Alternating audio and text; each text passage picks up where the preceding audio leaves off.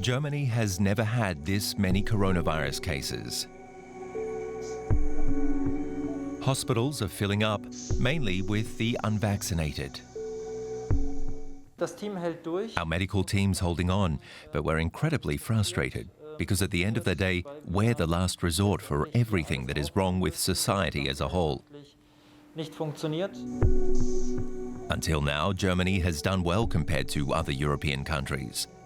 In the summer, the pandemic looked like it was under control. Not any longer.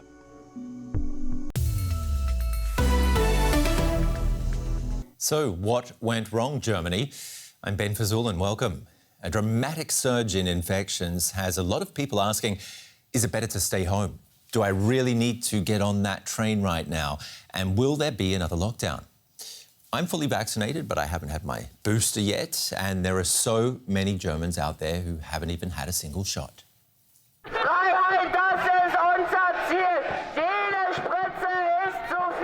Freedom is our goal. Every jab is one too many. For these demonstrators in Bautzen, the new COVID restrictions for unvaccinated people are one step further towards tyranny. If we don't stand up now and say no, then it could get much worse. Something we haven't experienced yet, but I don't want to experience it either. Aber ich will es auch nicht erleben. As of this week, only vaccinated or recovered people are allowed into restaurants or museums in Saxony. The new rules are intended to slow the steep rise in COVID cases in the region. The vaccination rate in Saxony is far below the national average. Ich find's in Ordnung. I think it's okay that it's handled that way, because there are many who are not vaccinated, who do not follow the rules, and they now have to live with the consequences. Mit den Konsequenzen leben. Ich bin auch dafür, dass I agree that those who do not get vaccinated should be penalized. eben auch das Nachsehen haben. Es ist für mich It is blackmail from above for me, and I will not be blackmailed. It is my body, and I decide. und ich entscheide. This restaurant owner feels the new rules are unfair. Empty tables speak for themselves. I got the first cancellation today due to the new rules. 32 people. This is, of course, what will affect us the most in the near future. We have built up a profitable business for years, which politicians are now destroying within 1.5 years. The city of Bautzen seems divided. The mayor would have liked to see different methods in the fight against the new COVID wave. I have the impression that this is supposed to increase the pressure on the unvaccinated. I doubt that this is a smart approach, because especially with people who are insecure and who have to make a difficult decision of conscience, pressure doesn't really help. It is the latest attempt to turn the tide in Saxony, and the latest COVID winter in Germany has just begun. Well, Winfried Rief is a professor of clinical psychology and psychotherapy at the University of Marburg in Germany. To quote the report, pressure doesn't really help to get people vaccinated. What do you think? Mm-hmm. Well, there's a pro and con side of this notion. First, pressure certainly has the disadvantage of further splitting our society in an in-group and out-group, but the other part is that it is also a very clear sign what is considered as correct, what is considered as safe, and what is considered as important. We had pressure for the pox vaccination campaign and polio campaign, and they were quite successful. So it's not only that you can say pressure is bad. Where does the vaccine hesitancy in Germany, especially eastern parts, come from, in your opinion? Well, I think the major issue is that we have to establish a feeling of solidarity, of staying together, we can manage it together. And if you consider the eastern parts of Germany, I think this is a fault, an error that occurred since many years, that we didn't manage to get it integrated. And so people feel to be people of second class, of to be disadvantaged if they live in some regions of the eastern part. So they do not see themselves as a part of our overall population in Germany. And this so-called Wir-Gefühl in German, the feeling of we are staying together, this has not been established in the eastern parts. But we would need that for full vaccination rates.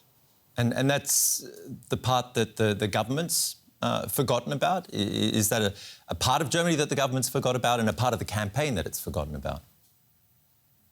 Well, I wouldn't blame only the government, because the feeling of solidarity, the feeling of unity is something we all can contribute to. The government plays an important role, that's for sure. And, we have different retirement plans in eastern and western parts of Germany still, which is, I think, a very bad sign. You have to give all the people a feeling of we are one group and we have to tackle the current crisis together. And if this feeling is not established, we have a problem. I'm glad you mentioned the word solidarity because, I mean, I've done my time staying at home and being in quarantine. What I haven't been able to do is go visit my family back in Australia for over 2 years now. And if this fourth wave gets any worse, maybe Germany will get put on the list of countries at risk and I won't be able to see them at all. And I feel really let down by the German people.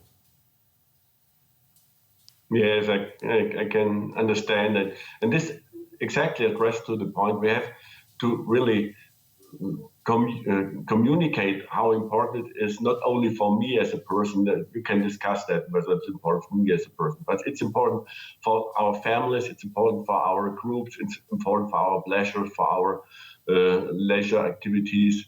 We have to communicate this day after day to get this feeling we have to stay together. We also heard from a young woman in that report who called this blackmail, being forced to do something to her body that she doesn't want. Where does these sorts of ideas come from? Because we've been told this is a very safe vaccine and it was tested and went through all the processes it had to. Yes. So there are several problems in communicating scientific results, and one is about probabilities. So some people hear one case story and this is framed in a special way, and so they take it as this is the truth. While we as scientists, we see the overall studies and with thousands and in this case even millions of people and all these reports. So we see that the drugs the vaccines are really safe. We have good data for that. We have the best data for all the medication I know about now for the vaccines. And if you take this example of this lady, so she obviously hasn't got it, that this is not only about a personal decision of oneself, but this is a decision for the society as a whole. And it's not only for single interests of single people, it's about our common interest as a society. Professor, a quick question before we go. Do you think things are set to get better or worse? In terms of vaccination rates? Exactly, in terms of the this next wave. Well, it didn't come as a surprise that we will kind of reach a specific level after we vaccinated 2/3 of the population. And unfortunately, the Delta variant is much more infectious than the other variants have been. So that means we need much higher completer rates for vaccination. And we have to do special efforts now. The standard efforts are now done, and that's the way to achieve a 2/3 completer rate. Now we need special efforts to address the specific subgroups that did not participate in vaccination yet. OK, we'll have to leave it there. Winfried Rief, a professor of clinical psychology and psychotherapy at the University of Marburg in Germany. Thank you very much for being on the show today. Thank you. Still undecided about taking that vaccine? Here's Derek Williams with another viewer question. Has there ever been a vaccine that has caused side effects years in the future? One of the justifications that people who are vaccine hesitant often give for why they don't want to be vaccinated is that We don't know what kind of effects COVID vaccines might only have years down the road. And of course, that's an argument that can't be refuted because none of us can see the future. We can only make decisions about it based on the severity of the pandemic now and the data that we have at hand. Both as individuals and as societies, it's all we have to go on. It's not a perfect system. Unexpected stuff happens all the time, but it's the only system we have as we seek to stop suffering and save lives. And one great source of data is the information that we've gathered from vaccine drives in the past. That past experience with many, many different vaccines for a wide range of diseases makes a couple of things really clear. First is that given a large enough sample size, some side effects are inevitably going to crop up. Very rarely, a currently approved COVID vaccine can cause, for example, someone to go into anaphylactic shock or develop a thrombosis or develop myocarditis. But billions of doses have been distributed so far over the course of nearly a year, and there's nothing indicating any wide-scale trends or delayed term effects for any of the approved COVID vaccines. That's because the experts say vaccines are only given a couple of times and break down quickly in the body after initiating an immune memory, which means if side effects are going to occur, they pretty much always do so within a few days or weeks of vaccination. So while it's true that for a very few unlucky people, a vaccine could cause a side effect that might have an impact on their life for years to come, the experts say there's no evidence linking any vaccine to side effects that only show up many months or years later.